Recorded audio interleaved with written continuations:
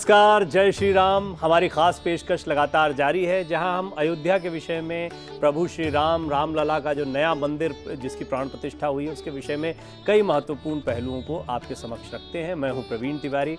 आज बड़ी सुंदर चर्चा होने जा रही है, इसलिए हमारे साथ लगातार बने रहिएगा, क्योंकि संस्कृत के प्रकांड विद्वान डॉक्टर डीपी त्रिपाठी एक बार फिर मेरे साथ स्टूडियो में मौजूद हैं। मैं सबसे पहले आपका बहुत अभिनंदन करता हूं, स्वागत करता हूं। नमस्कार। मैं आज आपसे अयोध्या पर बात करूंगा, खासतौर पर इसकी जो आध्यात्मिक यात्रा है। अगर कोई भी जाता है यहाँ पर तो आप रामलला के दर्शन करने के लिए तो जा ही रहे हैं, लेकिन साथ ही साथ आप जब अयोध्या में जाएंगे तो आपको इतने सारे मंदिर यहाँ पर देखने को मिलते हैं पग पग पर। पहले अयोध्या का एक भ्रमण कर लेते हैं। कुछ महत्वपूर्ण जगह हैं जो इस रिपोर्ट में आपको जानने को मिलेगी, लेकिन मैं आपको फिर भी बता दूं, बहुत सारे ऐसे मंदिर हैं जो एक रिपोर्ट में, एक कार्यक्रम में समाहित कर पाना भी मुमकिन नहीं है। लेकिन सबसे पहले आप देखिए कि रामलला के मंदिर के साथ साथ और कौन कौन से महत्वपूर्ण मंदिर हैं जो अयोध्या में हैं, जहां आपको अवश्य जाना चाहिए। अयोध्या, मथुरा, माया, काशी, कांची, अवंतिका, पुरी, द्वारावती, चौव, सप्तेते, मोक्षदायका। भारत की धार्मिक और ऐतिहासिक सप्तपुरियों में सर्वश्रेष्ठ, परम विख्यात अयोध्या नगरी है। ब्रह्मा, विष्णु, महेश जहां पर साक्षात निवास करते हैं, वही अयोध्या है। पौराणिक आख्यानों के अनुसार अयोध्या देवताओं की नगरी है। भारतीय अध्यात्म जगत में अयोध्या को ऊर्जा और शांति का केंद्र माना जाता है। अयोध्या भारतीय लोक चेतना के शिखर पर विराजमान मर्यादा पुरुषोत्तम भगवान श्री राम की जन्मस्थली है।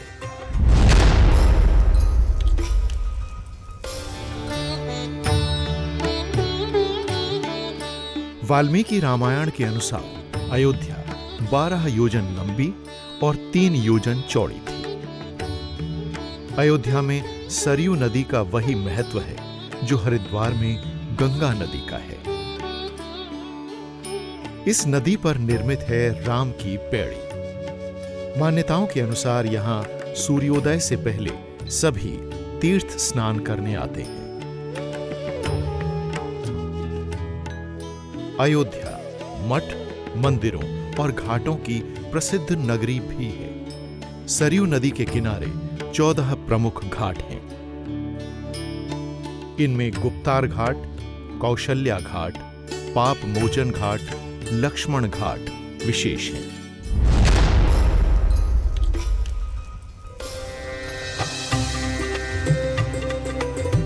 कई प्रमुख भवन और मंदिर अयोध्या की शान है।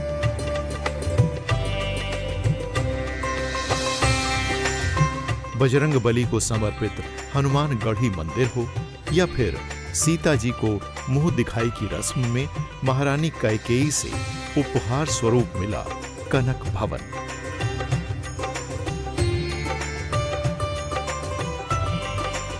श्री देवी काली मंदिर भी खास है। यहां माता सीता अपने साथ लाई हुई गिरिजा माता की मूर्ति का पूजन किया करती थी।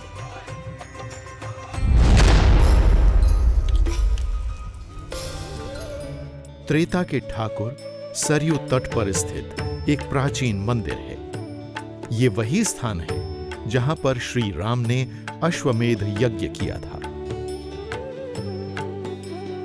माता सीता की रसोई, जहां सीता राम के साथ श्री राम के सभी भाइयों और उनकी पत्नियों की प्रतिमाएं स्थापित हैं। ये रसोई आज एक मंदिर के रूप में स्थापित है। 16वीं सदी के संत कवि गोस्वामी तुलसीदास की स्मृति में स्थापित तुलसी स्मारक विशेष है। प्रभु श्री राम के पिता राजा दशरथ का महल यानी दशरथ महल आज एक पवित्र मंदिर के रूप में बदल गया है। दशरथ महल बड़ा स्थान या बड़ी जगह के नाम से भी लोकप्रिय है।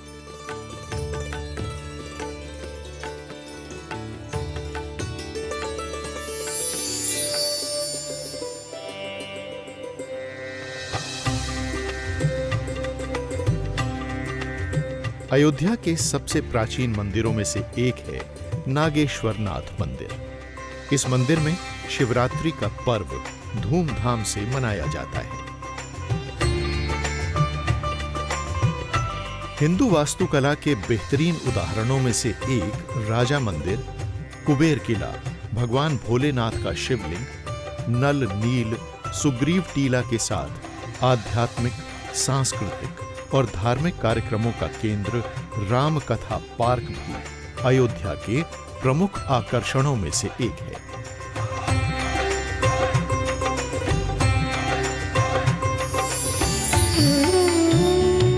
अयोध्या में कूपों का भी समृद्ध इतिहास है।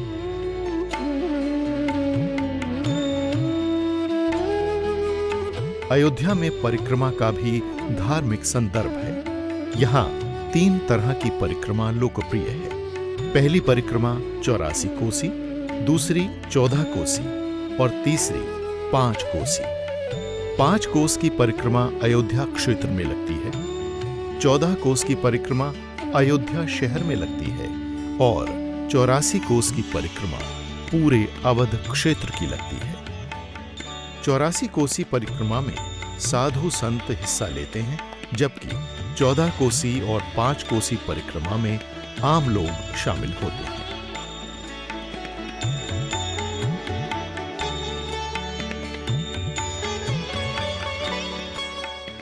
भारत की गौरवशाली सांस्कृतिक आध्यात्मिक परंपरा का प्रतिनिधित्व करने वाली अयोध्या की महिमा अपरंपार है। जब तक सबके हृदय में राम है, तब तक अयोध्या का महत्व बना रहेगा और जब तक अयोध्या रहेगी, तब तक प्रभु श्री राम करोड़ों हृदयों में वास करते रहेंगे।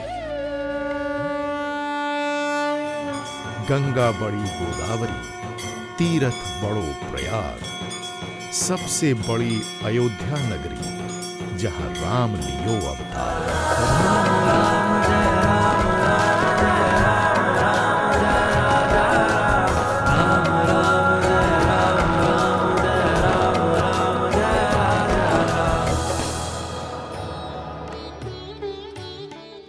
तो आपने देखा कनक भवन है, दशरथ महल है, गुप्तहरि या चक्रहरि तीर्थ जिसको कहा जाता है, और साथ ही साथ में गुप्तार घाट पर आपको कई मंदिर देखने को मिल जाएंगे। आप जब राम की पेड़ी पर जाते हैं तो नागेश्वर नाथ मंदिर भी यहाँ पर आपको मिलता है। ऐसे बहुत सारे महत्वपूर्ण मंदिर हैं जो अयोध्या में भक्तों के लिए बहुत ही महत्वपूर्ण जगह हैं, भक्ति के लिए बड़ी महत्वपूर्ण जगह है। मैं आपसे ये जानना चाहूँगा डॉक्टर त्रिपाठी, सबसे पहले एक शहर के नाते अयोध्या जी के महत्व को ज़रा आप थोड़ा सा समझाएं। देखिए, अयोध्या जी जो अभी आपने कहा, ये बहुत प्राचीन परंपरा में जो लोग बोलते हैं कि हम अयोध्या जी जा रहे हैं, अयोध्या जी के दर्शन हुए, ये जी तब लगाया जाता है जब हमने अयोध्या को एक जागृत और एक ऐसा रूप माना जहाँ पर अयोध्या वो नगरी है जिस नगरी में अयोध्या में जो रहने वाला जो ईश्वर है, जो वहाँ पर मूल रूप में है, वो वहाँ विद्यमान है। क्योंकि हम जब किसी व्यक्ति के पीछे जी लगाते हैं तो यहाँ हमने किसी नगर के पीछे जी लगाया, तो जी लगाने का अभिप्राय है कि अयोध्या जीवंत है। अयोध्या जीवंत होने का अभिप्राय है कि अयोध्या में भगवान हरि नित्य वास करते हैं और आत्मा के रूप में जो परमात्मा जिसको कहते हैं वो अयोध्या में वास करते हैं। इसलिए अयोध्या एक ऐसी नगरी नहीं है जिसमें कि हमको ईंटा गारा बजरी पत्थर से बना हुआ कोई एक मोहल्ला है हमने उसको कह दिया। वहाँ पर साक्षात वो एक देव स्थान है, वो साक्षात एक ऐसी जगह है जो पूजनीय है, जो तीर्थ है, और वहाँ पर जाने से हमको जो हम चाहते हैं उसकी प्राप्ति होती है और मन को शांति मिलती है। इसलिए अयोध्या नगरी का बहुत बड़ा महत्व है। राम के पहले भी अयोध्या भगवान विष्णु को प्रिय है, तभी तो वो वहाँ पर आए। प्रिय होने के कारण ही उन्होंने ऐसे राजवंश में जन्म लिया जो राजवंश अयोध्या में था, और ऐसी अयोध्या जिस अयोध्या में कि दशरथ मनु से लेकर के इक्ष्वाकु, मांधाता, शिबी और जहाँ पर राजा हरिश्चंद्र, भगीरथ, जिन्होंने पूरा जीवन जो है प्रजा के लिए और जगत कल्याण के लिए लगा दिया, उन राजाओं के वंश में भगवान हरि स्वयं अवतरित हुए और राम के रूप में अयोध्या में आए। हम जानते हैं कि भारत जो है वो नदियों को पूजने वाला देश रहा है और हम नदियों की बिल्कुल वैसे ही जैसे अयोध्या जी कह रहे हैं वैसे ही श्री गंगा जी हैं, वैसे ही यमुना जी हैं, वैसे ही सरयू माता हैं। सरयू को लेकर किस तरह के भाव रहे हैं, सरयू के विषय में आप क्या कहना चाहेंगे और कैसे ये इस तीर्थ को और महत्वपूर्ण बनाते हैं? अयोध्या का जो पूरा महात्म्य है, अयोध्या का जो पूरा स्वरूप है, वो माँ सरयू नदी से ही पूरा होता है। अगर वहाँ पर अयोध्या में सरयू नदी न होती तो मैं समझता हूँ कि अयोध्या न होती। दूसरी बात कि जो सरयू नदी है, सरयू नदी का महत्व और इसलिए है कि अयोध्या के उत्तर में सरयू है। आप पूरे नदियों का और शहरों का सर्वेक्षण कर लीजिए, जिस शहर के जिस स्थान पर उत्तर की दिशा में सरोवर है, नदियां हैं, तालाब हैं या विशेष कुंड हैं, वो स्थान पवित्र हैं, वो स्थान धाम हैं, वो स्थान तीर्थ हैं। इसी रूप में अयोध्या के उत्तर में सरयू के होने के कारण अयोध्या का जो महत्व है, अयोध्या का जो सौंदर्य है और अयोध्या का जो वैभव है, ये वास्तु का भी बड़ा सुंदर उदाहरण है। उदाहरण यही है, क्योंकि वास्तु वो विद्या है जिसने वास करने के नियम देखे, किस परिस्थिति में कहाँ पर निवास करना चाहिए जहाँ पर कि उसका अभ्युदय हो। हम इतने मंदिरों की बात कर रहे हैं और यहाँ पे विभिन्न मंदिरों के लोग दर्शन कर रहे थे, थोड़ा इस विषय में थोड़ा सा आप जानकारी। बिल्कुल, बहुत अच्छा कहा आपने। मुख्य महात्मा जो अयोध्या का है, अयोध्या में भगवान हरि का, भगवान राम का मंदिर ही प्रधान होगा। कारण क्या है कि किस क्षेत्र में किसका वास है, ये बहुत बड़ा महत्व है और ये हमारे पुराणों में और मूल रूप में ये माना गया है कि कहाँ पर किसका महत्व है, जहाँ जिसका महत्व होगा वही वहाँ का प्रधान देवता होगा। एक पक्ष हो गया।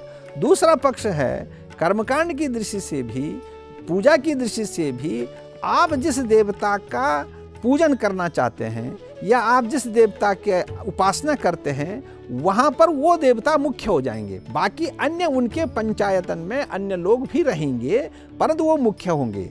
इसलिए अयोध्या में भगवान राम का जो मंदिर है, क्योंकि भगवान राम अवतारी हैं, भगवान विष्णु के ही मूल रूप हैं, तो भगवान हरि के मूल रूप होने के कारण भगवान हरि, क्योंकि मैंने आपको पहले भी कहा कि अयोध्या हरि की नगरी है, हरि की नगरी होने के कारण भगवान विष्णु की जो मूल पूजा है, भगवान राम की जो मूल पूजा है, वही मूल मंदिर अयोध्या में होंगे।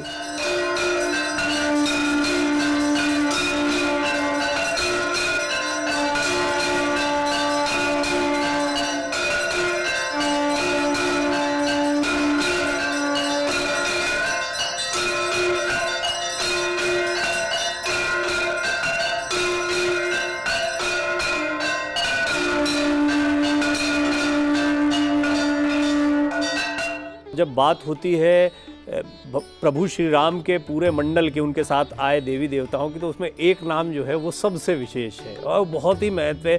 दर्शन की दृष्टि से देख लीजिए, आनंद की दृष्टि से देख लीजिए, किसी भी दृष्टिकोण से देख लीजिए और आप सबके जहन में भी आ जाएगा कि वो है परम पूज्य हनुमान जी महाराज। राम दुआरे तुम रखवारे, होत न आज्ञा बिनु पैसारे। यानी कि राम द्वार के आप रक्षक हैं और आपकी आज्ञा के बिना आगे नहीं बढ़ सकते मामला। बड़ा सुंदर हनुमान जी का ये मंदिर है, इसलिए आइए इस पर एक विशेष रिपोर्ट दें।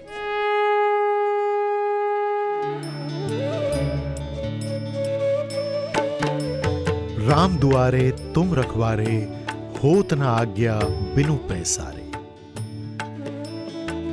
रामचरितमानस में गोस्वामी तुलसीदास पवन पुत्र की महिमा बताते हैं कि हनुमान जी की आज्ञा के बिना प्रभु राम की पूजा नहीं की जाती। राम नगरी अयोध्या में इसका विशिष्ट धार्मिक महत्व है। मंदिरों और मूर्तियों के शहर अयोध्या में ये है भगवान राम के अनन्य सेवक बजरंग बली का मंदिर, प्राचीन सिद्ध पीठ हनुमानगढ़ी।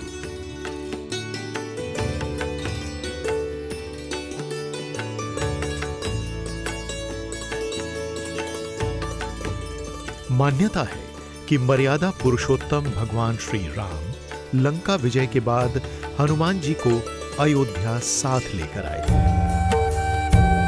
इसके बाद राम लला ने अयोध्या की जिम्मेदारी हनुमान जी महाराज को सौंपते हुए इसी पवित्र स्थान पर उन्हें विराजमान किया था।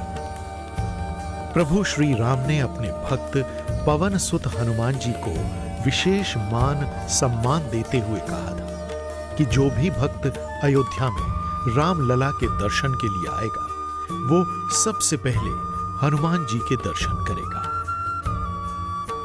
इसीलिए हनुमान जी के दर्शन के बिना राम लला के दर्शन अधूरे माने जाते हैं। पवित्र नगरी अयोध्या में सरयू नदी के पावन जल में डुबकी लगाकर सांसारिक पापों से मुक्त होने के लिए लोगों को हनुमान जी से पहले आज्ञा लेनी होती है। हनुमान जी महाराज इसी मंदिर से राम जन्मभूमि और रामकोट की सुरक्षा करते हैं। संकट मोचक के इस मंदिर में माता अंजनी की गोद में विराजमान बजरंग बली के सबसे छोटे बाल स्वरूप के दर्शन होते हैं, जो अद्वितीय है। मंदिर परिसर में श्री हनुमान जी महाराज के साथ भगवान नरसिंह, भगवती दुर्गा और अन्य देवी देवता विराजमान हैं। हनुमान टीला या हनुमानगढ़ी मंदिर तक पहुंचने में 76 सीढ़ियां हैं।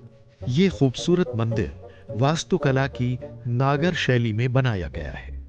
ये मंदिर अयोध्या की सबसे ऊंची संरचना है और इसे अयोध्या के चारों ओर से देखा जा सकता है। मंदिर का आकार 4 तरफा टिले जैसा है, जिसके प्रत्येक कोने पर गोलाकार प्राचीर है। अंजनी पुत्र की महिमा से परिपूर्ण हनुमान चालीसा की चौपाइयां हृदय के साथ साथ मंदिर की दीवारों पर सुशोभित है।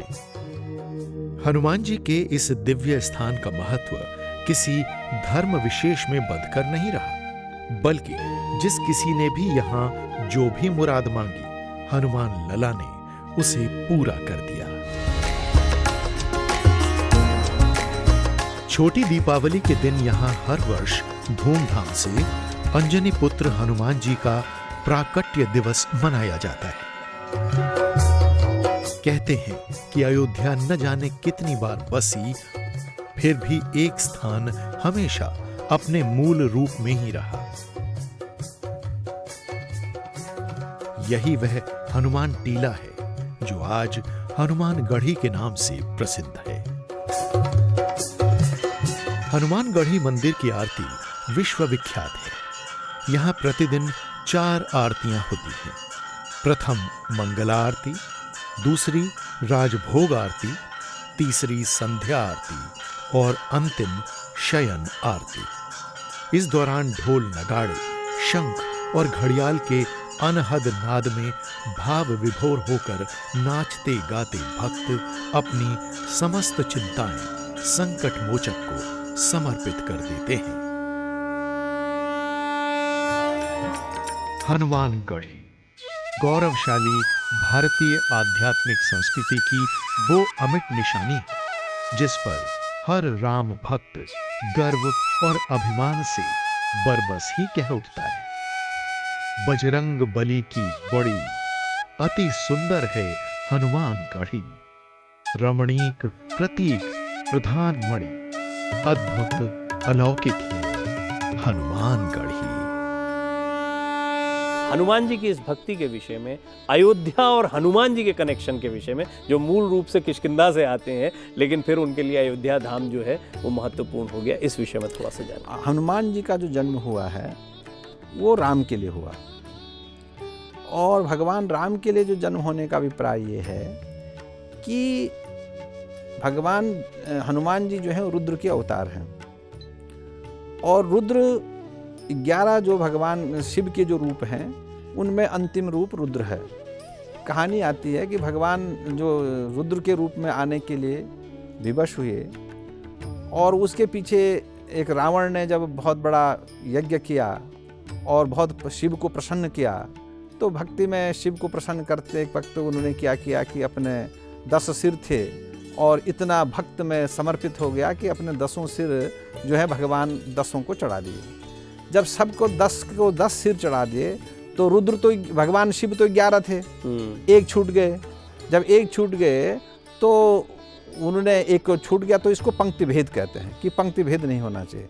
तो तुष्ट पिना की 10वीं सिरों भी ऐसा एक वर्णन आता है कि 10 सिरों से उसने भगवान शिव को प्रसन्न करना चाहा, एक छूट गए तो वो भगवान रुद्र थे, रुद्र रूप में थे, तो उन्होंने अवतार लेकर के राम के उसमें त्रेता में अवतार लिया और रावण को ठीक ढंग से सबक सिखाया। इससे एक नई बात आती है कि यदि कभी किसी को प्रसन्न करना है तो प्रसन्न करने के लिए रावण थोड़ा सा, पहला तो वो अहंकारी था, अगर बुद्धि उसमें ये सोचता है कि भाई मेरे पास 10 ही सिर हैं और भगवान तो 11 हैं, तो भेद बुद्धि आ गई। भेद बुद्धि के कारण 10 हैं, मैंने 10 को 10 चढ़ा दिया। इसमें गहरा दर्शन भी है, अगर ये बात समझ में आए, इसको कथा तक सीमित ना रखें तो इसलिए एक रूप में पूजा कर लेता और उसमें 10 सिर 11 को चढ़ा दे चल जाता, पर भेद कर दिया। तो भेद बुद्धि होने के कारण रावण का लंका का विनाश हुआ, एक कारण हुआ। दूसरा कारण था कि भगवान जो हनुमान हैं वो भगवान रुद्र के रूप हैं। भगवान राम और शिव का, रुद्र का, शिव का जो एक संबंध है, ये इतना गहरा संबंध है, इतना गहरा संबंध है कि भगवान राम जब अपनी युद्ध को शुरू करते हैं, जब लंका पे चढ़ाई करते हैं, तो आपको याद होगा कि उनको सबसे पहले वो भगवान शिव की स्थापना करते हैं। और शिव की क्यों, वो अपने उनका आराध्य शिव हैं। और जब शिव से पूछा जाता है कि तुम्हारे आराध्य कौन है, तो शिव के आराध्य राम हैं। तो राम के आराध्य शिव और शिव के आराध्य राम, ये दोनों एक ऐसे तत्व हैं जिन तत्वों में भेद नहीं किया जा सकता है। तो भक्ति की जो चरम पक्ष है वो पक्ष हनुमान में मिलता है, और उसी चरम पक्ष के होने के कारण हनुमान जो है वो चिरंजीवी हो गए। वहाँ चिरंजीवी का दूसरा अभिप्राय ये है कि ये पृथ्वी का जब तक ये संसार रहने वाला है, ऐसे लोगों की आवश्यकता है। और ऐसे लोगों की जब आवश्यकता होगी, क्योंकि इस धराधाम पर जो इस प्रकार की, क्यों यहाँ कष्ट होंगे, अब यहाँ ज्ञान की भी आवश्यकता होगी, तो ऐसे चिरंजीवियों की यहाँ आवश्यकता। इसमें मेरे जहन में हमेशा एक सवाल आता रहा, और अभी आपने बहुत ही सुंदर ये चर्चा छेड़ी है, तो मैं ज़रूर आपसे पूछना चाहूँगा। आप देखेंगे कि हनुमान जी एक ऐसे चिरंजीवी हैं जिनके मंदिर या जिनकी प्रतिष्ठा देव स्वरूप में मिलती है या भगवान के रूप में मिलती है। फिर आप कृपाचार्य, विभीषण, वेद व्यास जी या अन्य लोगों को भी देख लें, अश्वत्थामा, ये सब बड़े महत्वपूर्ण किरदार अपने अपने समय के रहे हैं, लेकिन इनकी प्रतिष्ठा वो नहीं है जो देव तुल्य या जो भगवान की ईश्वर स्वरूप। उसका कारण था, उसका कारण ये है कि हनुमान जी का जो भक्ति में ये परम थे, और भक्ति के साथ साथ लोगों को साथ में लेना, माने हर जीव हर चीज, क्योंकि अलग अलग पक्ष में लोगों का परमत्व था। जैसे वेद व्यास जी का ज्ञान में था, सामान्य लोगों को ज्ञान से कोई अर्थ नहीं। सामान्य जन का, सामान्य लोगों के कष्ट को दूर करना और सामान्य लोगों के कष्ट तक आ जाना और अपना पूरा जीवन दूसरों के लिए अर्पित कर देना, और अपने बल पराक्रम बुद्धि कौशल सबको छुपा के रखना। आज की दृष्टि में अगर देखता कोई तो बोले आज तो अपना विज्ञापन अपना आप लोग करते हैं। रावण को देखिए, उसी समय का वो अहंकार में इतना भर गया कि अपना विज्ञापन अपना। पर भगवान हनुमान जी देखें कि वो चाह रहे हैं कि वो समुद्र पार कर सकते हैं, पर वो किसी को मालूम ही नहीं है, किसी को पता ही नहीं है।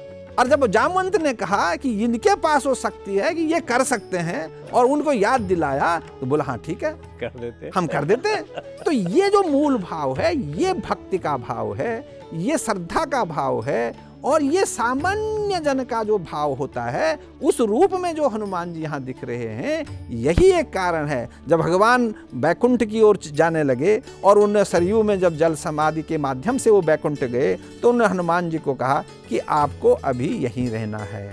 क्यों? क्योंकि ये मेरी अयोध्या है, ये हरि की अयोध्या है।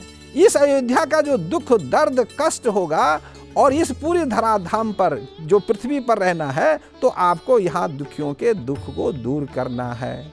हनुमान चालीसा बच्चे से लेकर बूढ़े की जेब में होती है, और वो हनुमान जी उनकी सबकी रक्षा जहाँ जहाँ वहाँ करते हैं। संकट मोचन। अब कुछ लोग ये सोचते हैं साहब ये इनकी वो है, परंतु ये जिस पे बीतती है, जिसका कष्ट है और जिसको उसका लाभ मिला, उससे पूछ लीजिए कि उसको हनुमान जी ने कैसी रक्षा की। इस धराधाम पर वो सर्वत्र विराजमान है, क्योंकि वो अगर शिव तत्व के रूप में, रुद्र रूप में देखें तब भी, हनुमान के रूप में देखें तब भी, राम भक्त के रूप में भी देखें तब भी, क्योंकि उनका प्रधान कर्तव्य भगवान हरि ने ही निश्चित कर दिया था, राम ने ही निश्चित कर दिया था कि अभी आपको अयोध्या में रहना है। इसलिए वो अयोध्या राम को पावे जब बोल दिया गया हाँ, कि राम को भी पाना है तो इनका भजन करना है। नहीं, मूल ईश्वर को पाने के लिए उनके भक्त के द्वारा तो जाना ही होगा। राम द्वारे तुम रखवारे, होत ना आज्ञा बिनु पैसारे। बहुत ही सुंदर चर्चा ये रही।